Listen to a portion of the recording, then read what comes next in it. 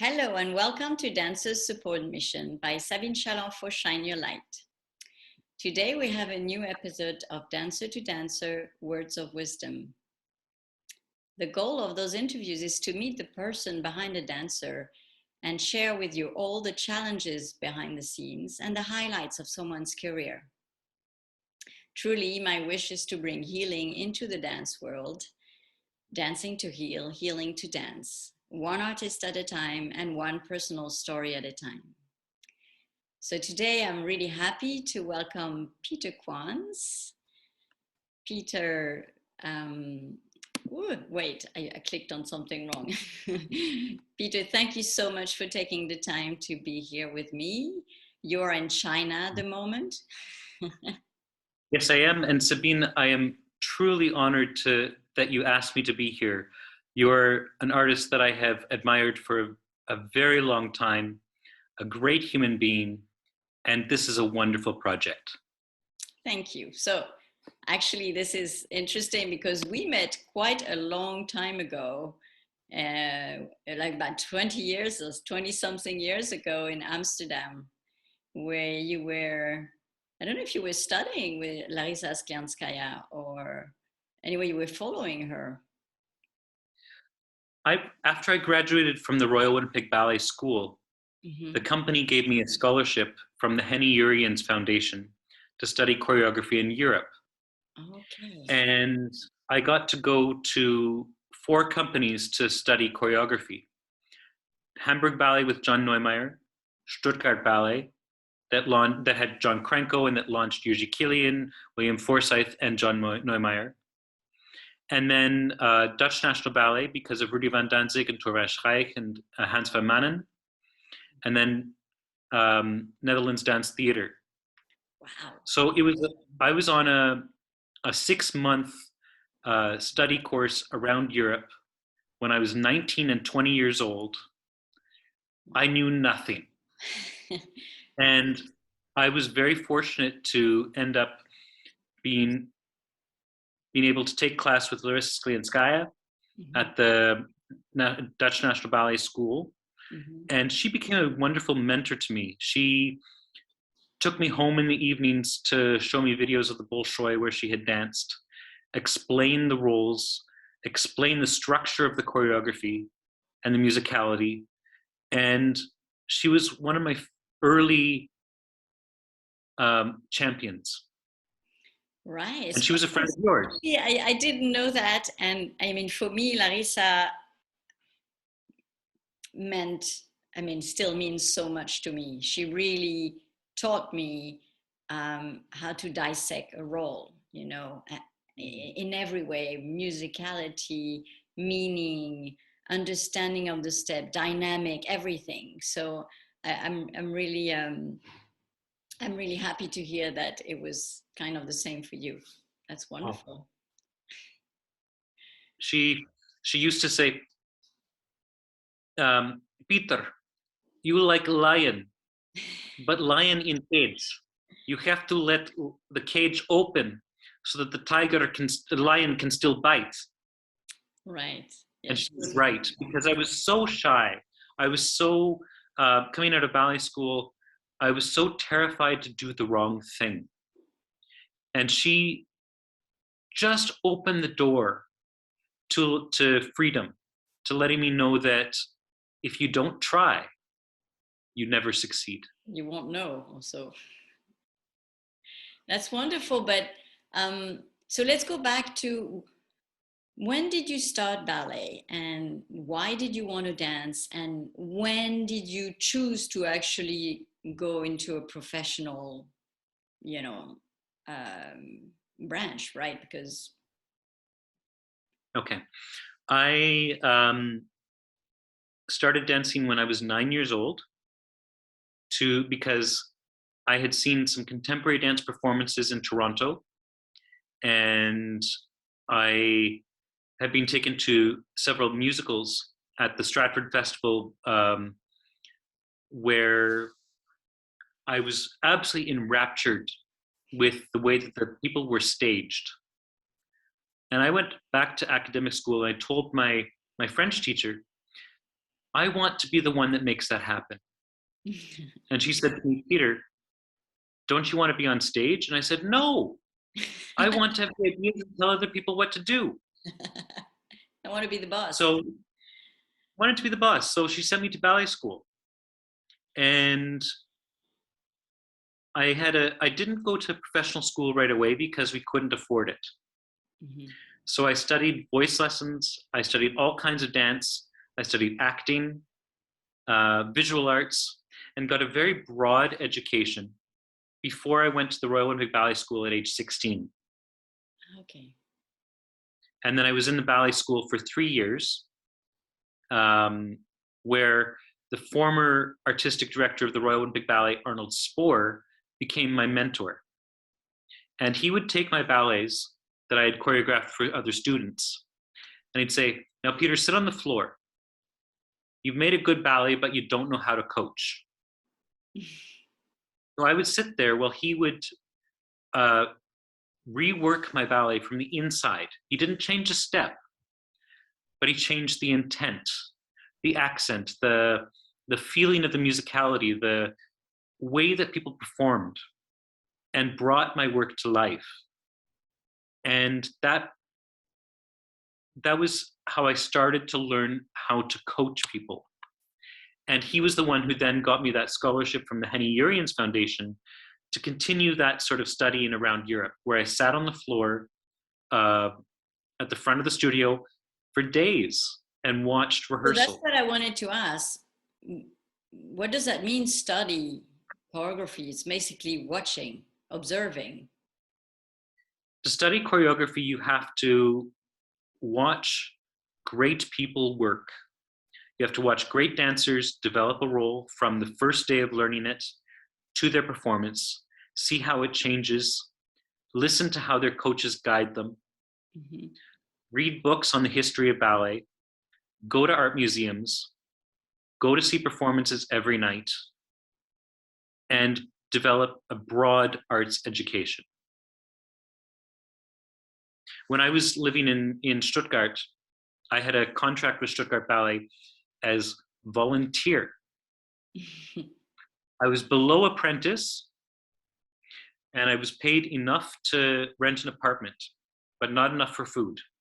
Mm-hmm. And I made money by giving flowers to the dancers at the end of the show. And that, I spent 2 years in Stuttgart doing that. But it allowed me to grow looking at the company, because nobody's going to hire a 20-year-old choreographer.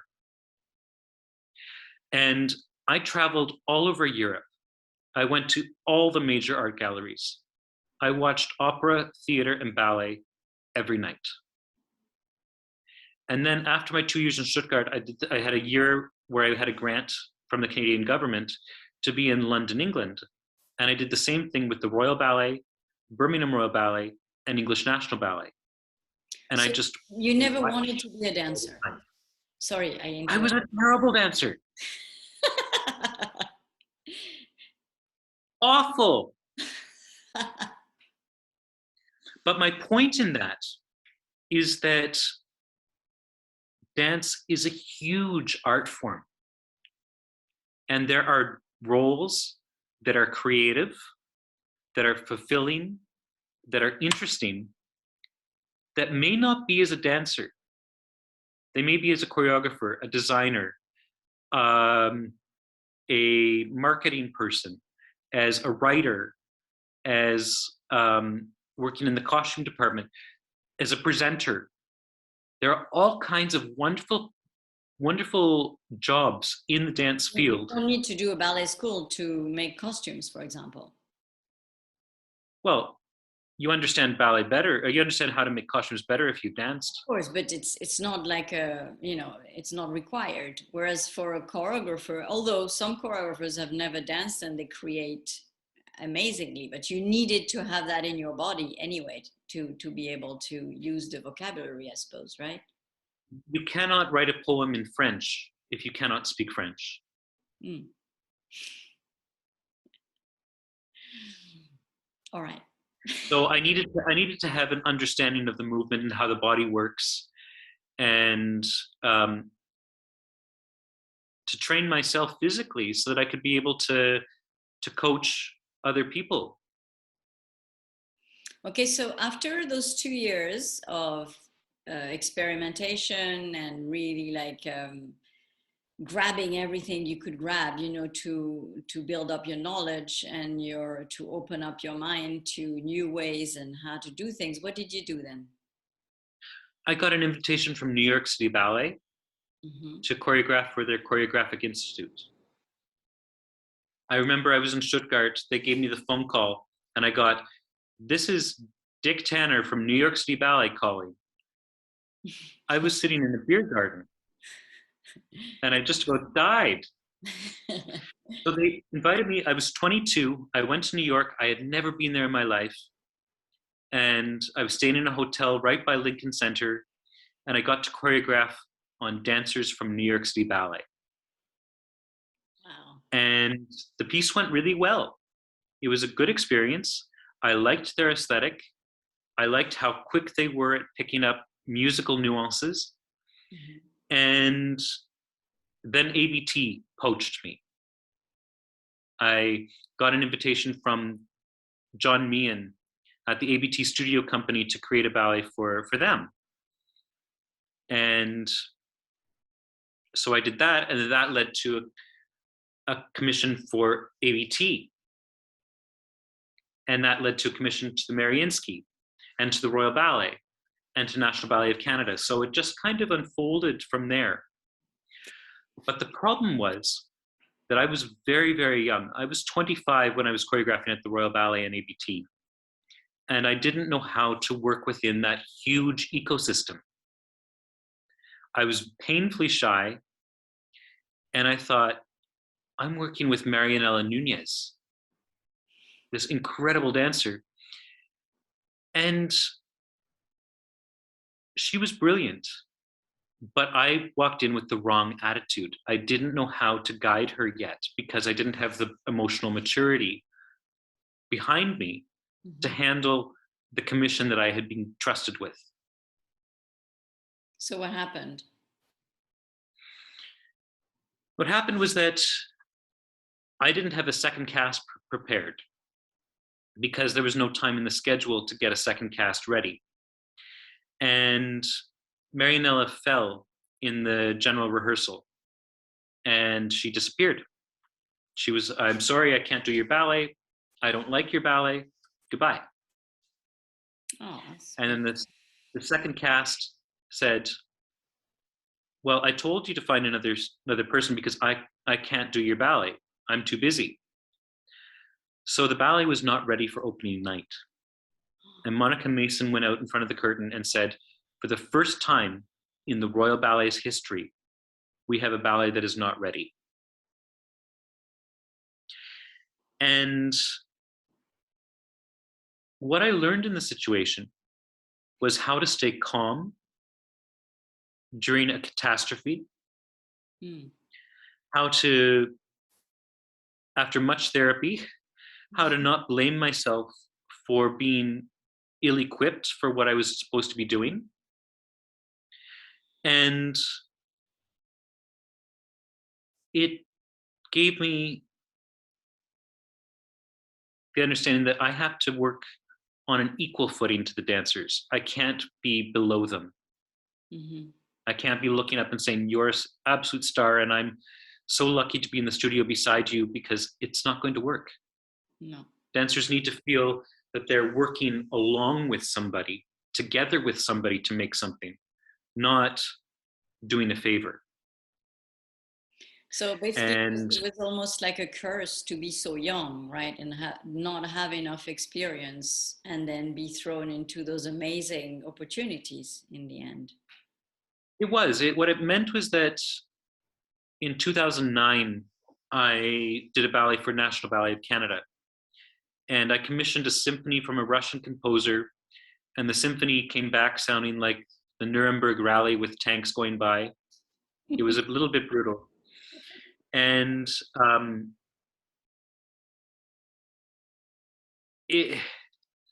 I became threatened in the rehearsal process because it wasn't going overly well.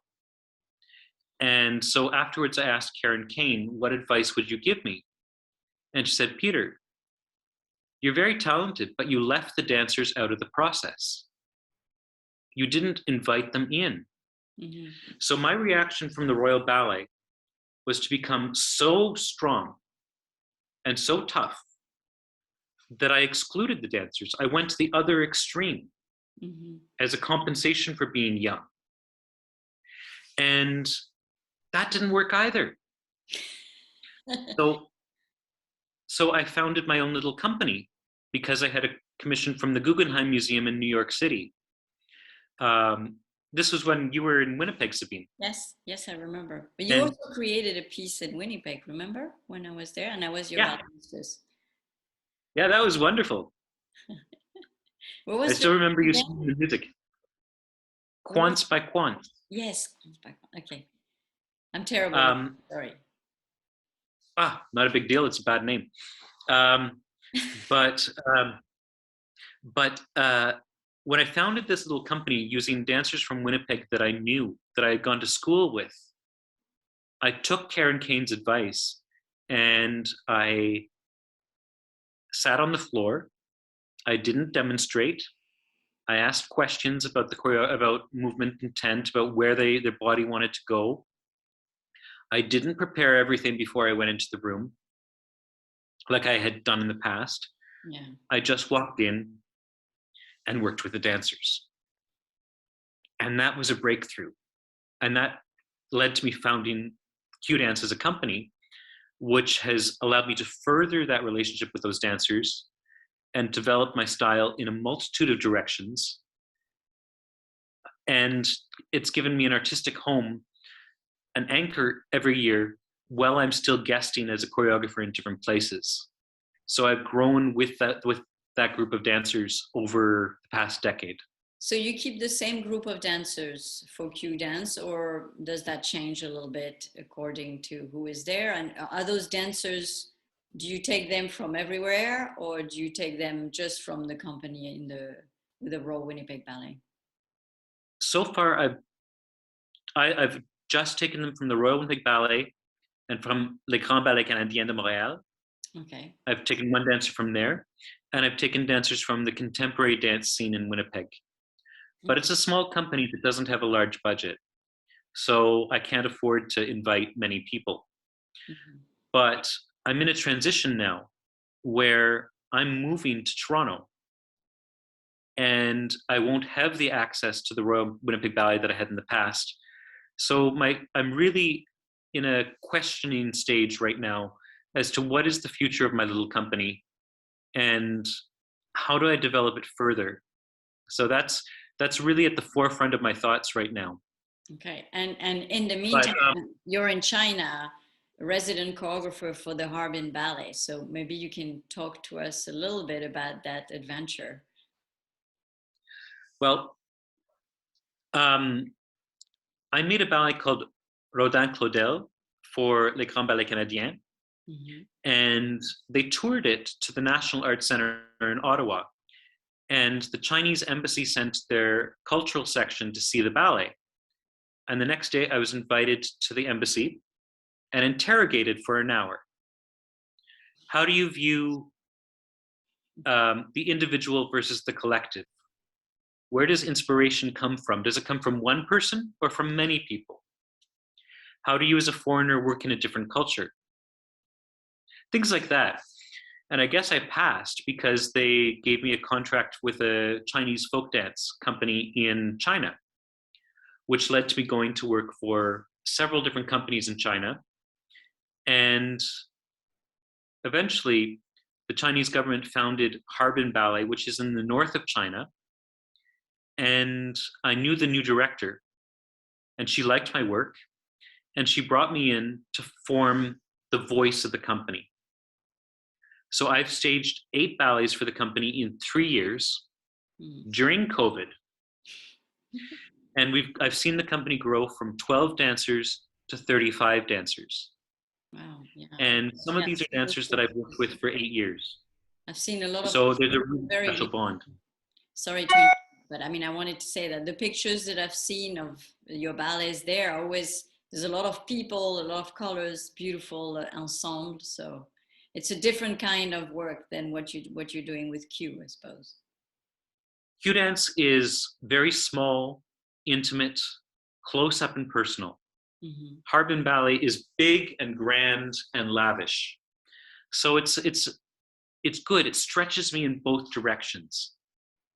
And as an artist, one of the pieces of advice that I would give to any young artist is to chase after opportunities that stretch you, that make you scared, that make you question what you're doing so that you learn to do something that you never thought was possible. Go for challenges. Step out of your comfort zone. Exactly. Well, you stole my last question, so you already answered. But that was a great advice. So how, so you know, as you said, you experienced COVID in China, studying in China. So how did you experience the last 2 years? You know, with the lockdown, confinement, you know, working online and everything. How was it for you mentally, emotionally, and actually physically?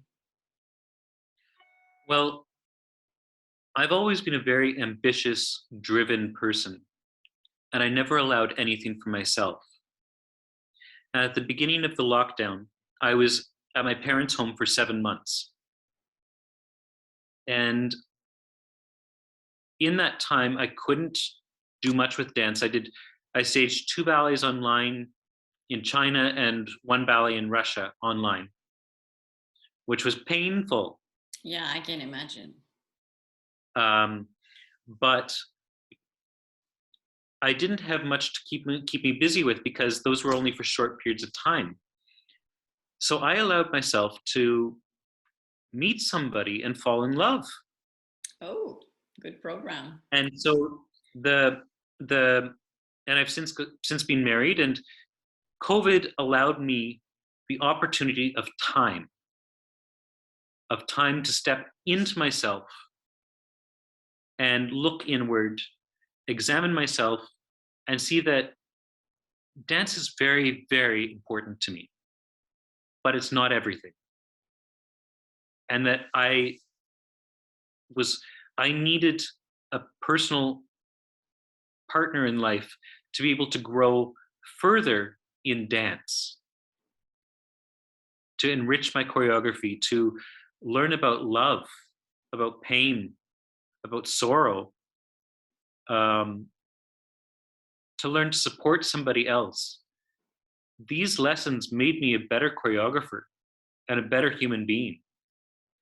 So COVID gave me the time to do that.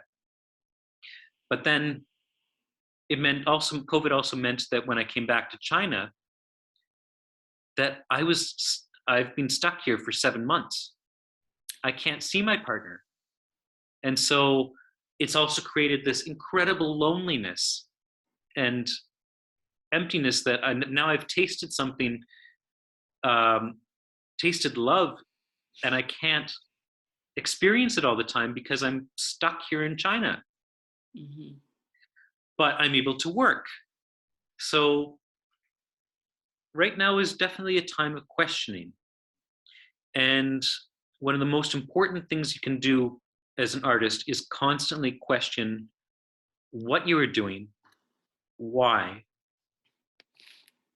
how do you volunteer your body to somebody else for their performance, for their choreography, and maintain yourself in that. You have to, no matter how dedicated you are, at some point you need to find yourself outside of dance so that you can become a better dancer and a better artist in dance. I completely agree. Yeah.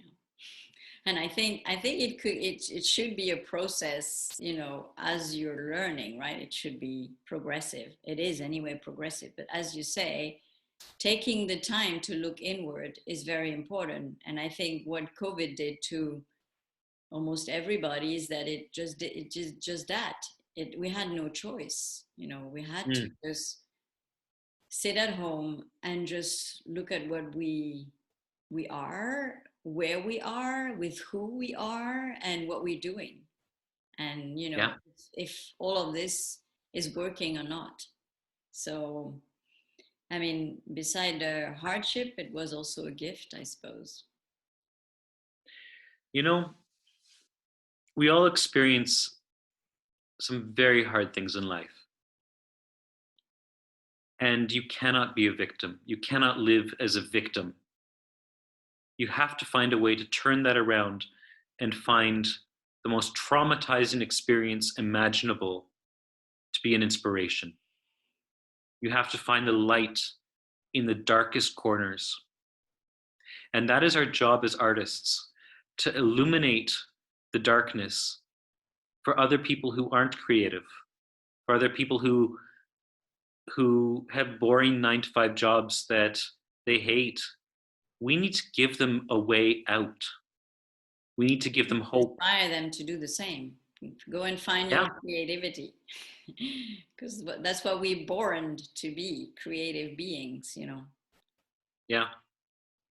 That's beautiful. Thank you. I really like what you just said. So I would like to go back to, the way you've been taught dance and how you've been brought up into this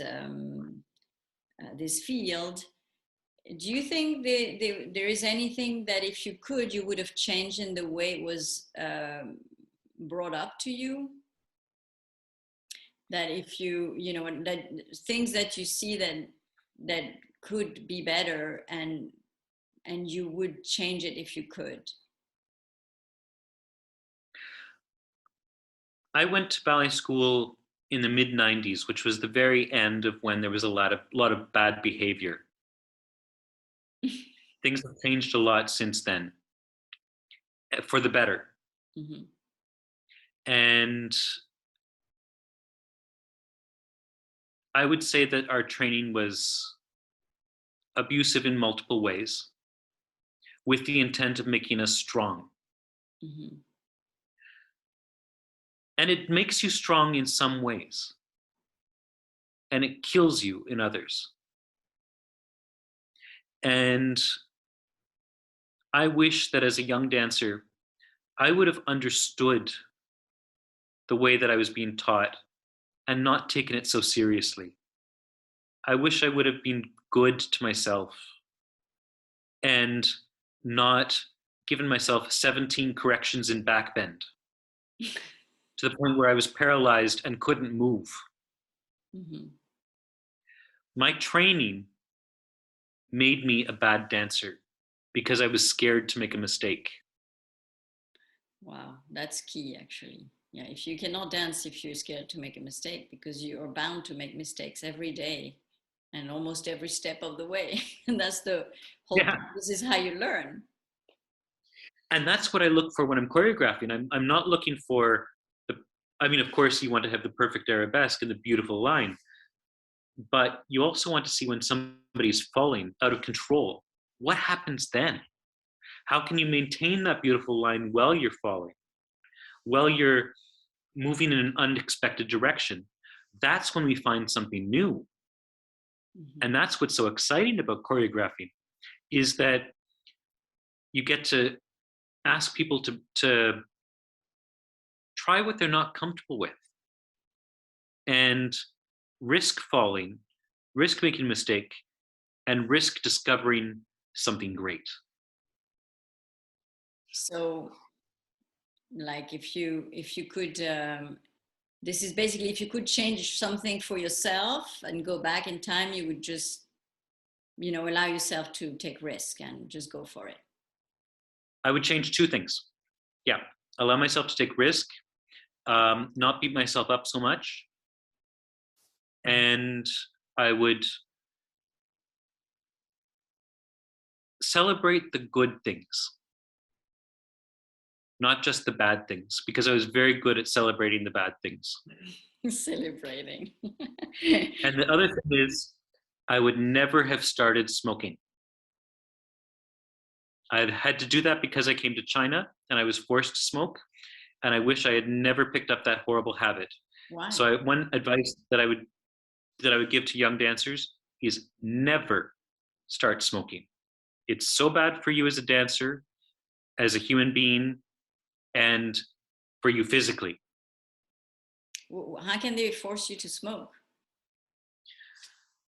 I was at a dinner with communist officials to negotiate my contract, and they gave me lots of alcohol to drink. They lined it up at my table, and it was very, very strong alcohol. And they said, you have to drink it. And then they lined up cigarettes to my place at the table. And my agent said, Peter, if you don't smoke that, we don't get the contract. And it wasn't a joke. It was trying to fit in. And trying to fit in and do what everybody else is doing may feel like an easy solution at the time. It may feel like the right move at the time, but you're giving away your independence. You're giving away your agency and your own possibility to make your own choices, to fall in line with what you think other people expect of you. Somebody said to me one time, as a choreographer, Peter, if you listen to what the audience wants all the time, very soon you will be sitting in the audience with them and you won't be on stage. So what I'm trying to say is that you have to trust your heart. And if you can't believe in what you're doing, you're in the wrong place. And you need to find a way to either adjust your way of thinking around the situation or adjust the situation. Or leave it. That's what I mean by adjust the situation. All right. So, but smoking a whole pack of cigarettes doesn't make you a smoker for life, does it? No, it doesn't, but I haven't had the strength to quit yet. No, but I mean, you became addicted in one evening? Yeah, I did. Really? Yeah, I loved it. It's horrible. It's absolutely horrible. Wow. So I know that's a really silly piece of advice in a way, but it's not worth it for the appetite suppressant, for the cool factor, for the stress that it's supposed to release. It's just not good for you. And it makes your cardiovascular system weaker so that it's harder to dance. It makes your breath harder. Don't do it. I can only say amen to that. So, but are the dancers smoking there as well? All the men in the company smoke. Not the women. Not the women, but the director of the company, she smokes. All our meetings are over cigarettes. We smoke on every break in the hallway.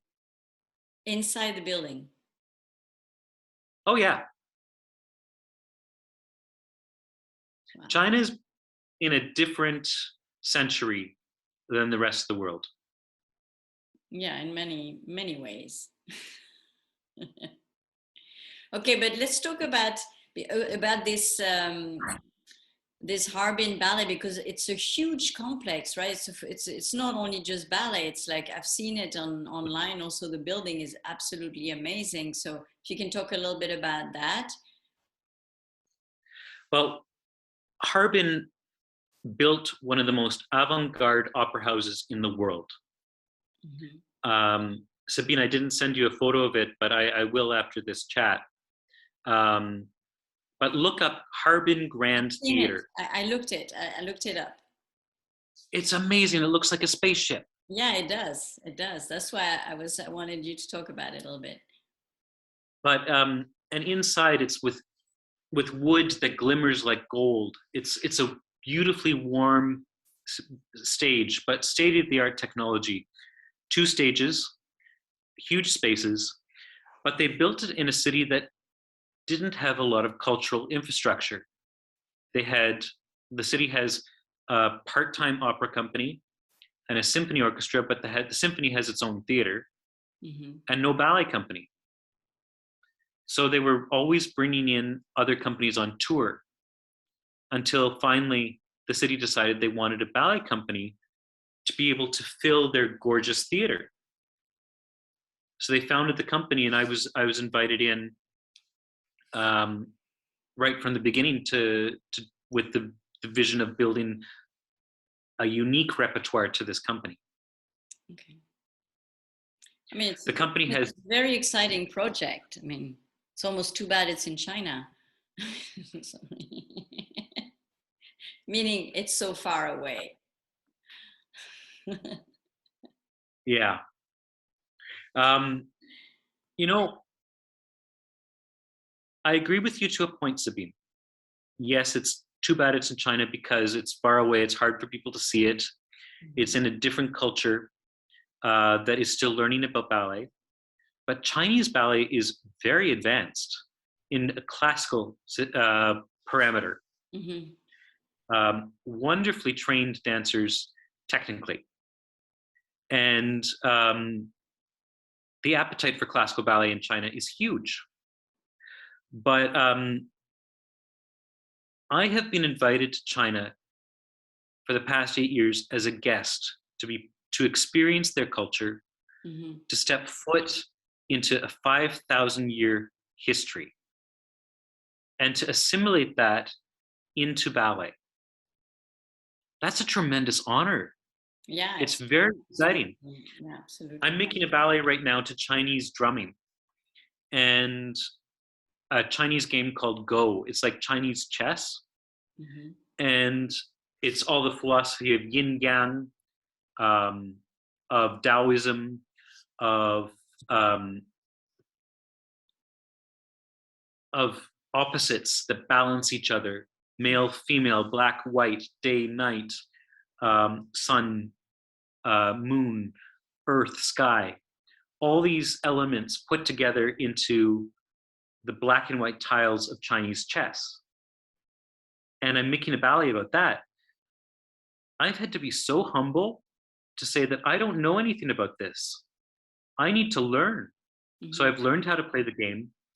I've read books on strategy, on ancient Chinese wisdom that have informed this ballet. And I'm pulling the vocabulary of traditional Chinese dance into ballet. In the 19th century in Paris, they had the can-can. And the can-can step became emboîté. Oh. I'm doing the same thing here in China. I'm taking Chinese steps and pulling them into classical ballet vocabulary and enlarging the vocabulary and adopting it into something new.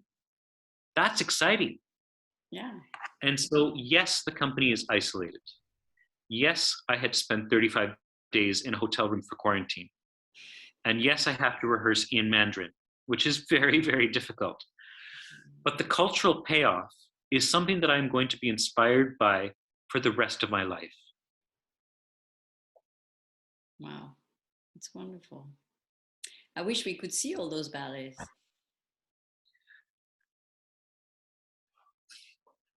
I'm showing my latest one to Rachmaninoff's Second Piano Concerto as part of my company Q Dance's online show in May.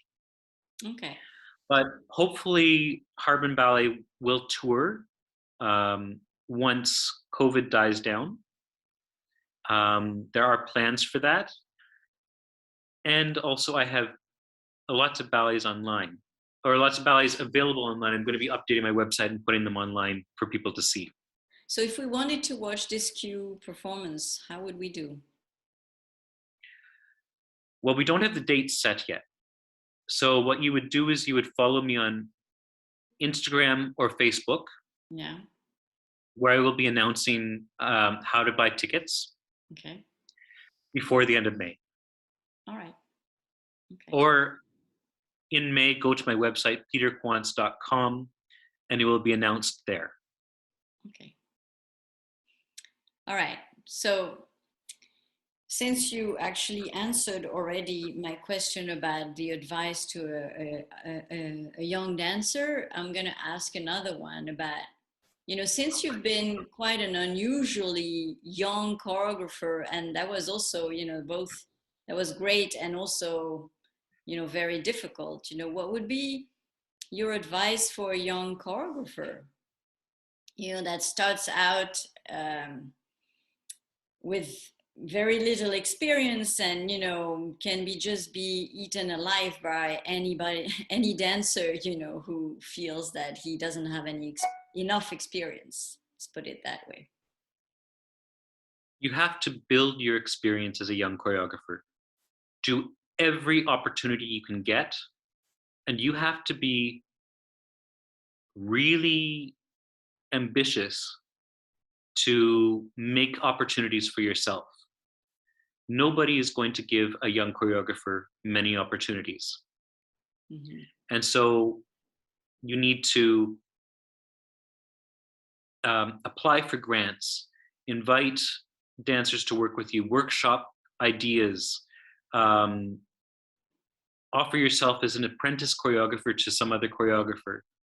But you have to make your own opportunities and build your experience so that when you do get a big commission, so that you're ready for it in a way that I wasn't.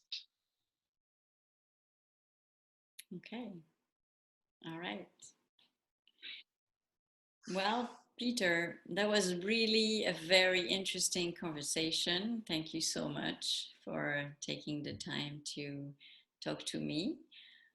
Is there anything else you would like to say as to wrap up the whole thing? We all love dance. If you're watching this, you love dance with your heart. You love this art form. You love the expression of the body. Never let go of that because somebody is hard on you or cruel. Never let go of that because you don't feel that you get the opportunities you deserve. Find a way to channel your love of dance into a lifelong appreciation of the art form. Beautiful. Thank you. Thank you so much, Sabine, for having me join you today. I am so honored to be here. Well, I'm so glad we had a very interesting conversation. So I really thank you for all the, you know, yeah, I really appreciate your openness and to share all those experiences that were very important for you and, you know, not necessarily easy. So thank you very much. My pleasure.